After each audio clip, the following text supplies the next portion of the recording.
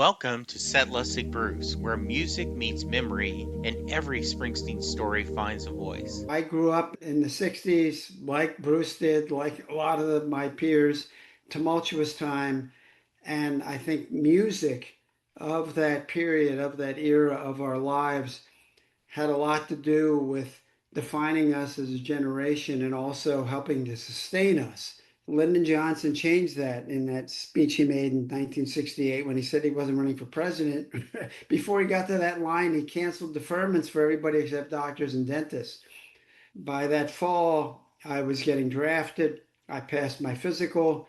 Lucky for me, and part of the reason I'm here, I think, is they canceled November and December. The judge said you either go to jail or you can go to the Army.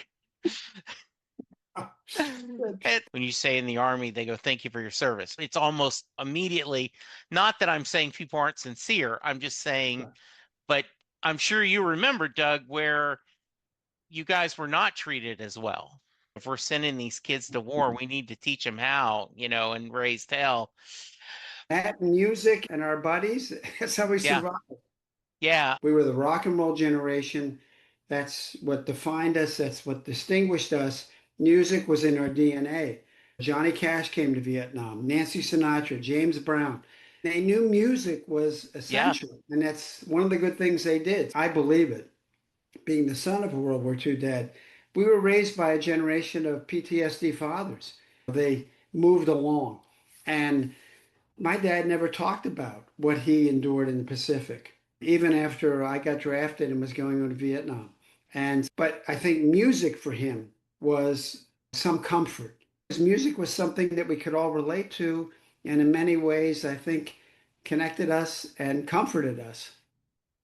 And I find there's two kinds of people in general terms. The people that love their parents' music, and as they start becoming a teenager and a young adult, they find their own music and add to it. And those who can't stand their parents' music till they turn 30 and then say, hey, you know that Johnny Cash guy dad liked a lot? He's pretty good. Yeah. Maybe Frank Sinatra has a little something. What are these black people doing in his house? Yeah. He grabbed that 45 and threw it out the window. Yeah. Elvis, maybe they could handle, Pat Boone, Yeah. but Chuck Berry and Little Richard, I just felt the law didn't save me. It didn't protect me. I couldn't. But what I did want to do was I wanted to go back and use my GI Bill, hang out on a campus, maybe find some other vets, some free spirits, grow my hair, grow a beard, and just chill out. When we said, not how bad is it, how much pain are you in, we said, what's your song? Whoa. But also a guy that knew from whence he sprang, what Yeah. his roots were, what life was like growing up like that. So I gravitated to that. It was great music, of course, but then, man, when he started to burrow in to Vietnam and that misunderstood song by Reagan and others, I mean, Born in the USA, are you kidding me? There is not a tougher song about that treatment, that service, that environment, that situation than that song.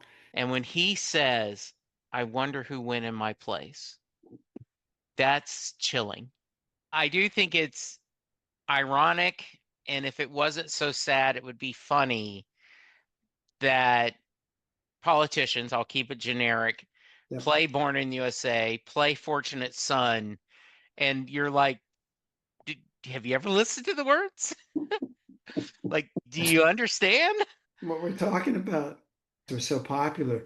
You have TAs, teaching assistants, and they have small group sessions during the week so they can break down the size and scope of the class, have 30 or 40 of them in a room that can talk about what they're reading and what they're thinking about, maybe a question they can ask, a question they have on their mind. And occasionally, when they got to the Vietnam section of the 60s and that whole era, and so what I said to Craig was, you got to remember Vietnam was about when you were there, where you were, and what you did. It is a time machine. And you hear that song, you're back to that place, that memory. I had to keep writing because it was what enabled me to stay sane and to Yeah. deal with what I was dealing with. I think it did a lot of that for me, even when I was younger had some ups and downs in high school, and a heap of survivor guilt, which I think probably was more integral to whatever PTSD I had when I got back than anything. For some guys, this was the first time they could bare their soul. And so I got to do that too. What's better than music and words? They never stopped believing in the magic of the music.